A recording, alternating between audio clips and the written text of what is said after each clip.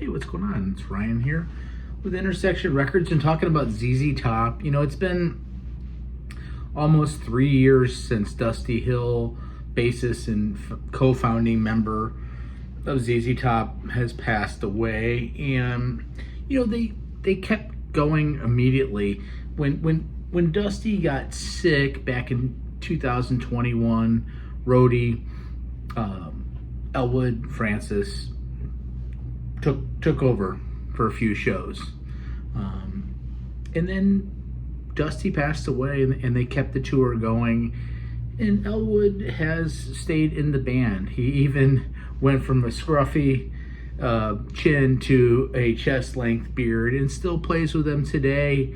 You know, he says it's still, he has a hard time wrapping his head around this. He spoke with Guitar World magazine.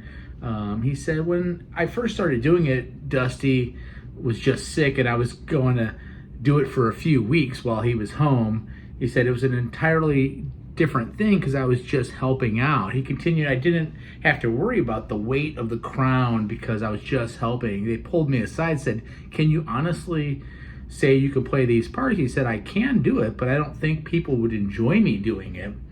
They said, can you cover him for a few weeks?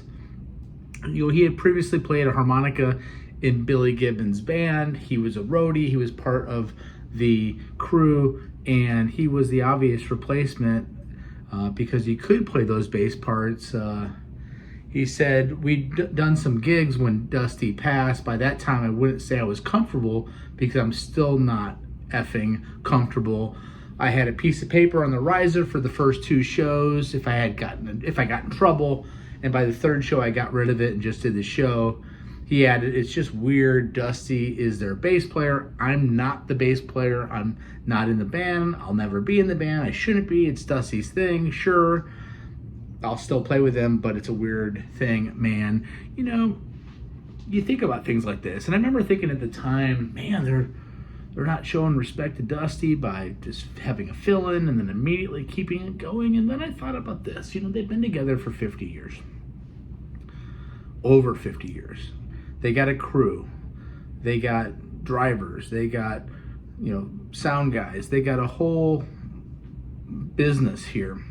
You got Frank Beard on drums. You got Billy Gibbons. You got fans that want to see the music. You know, what would Dusty want? Dusty would probably want them to keep going. And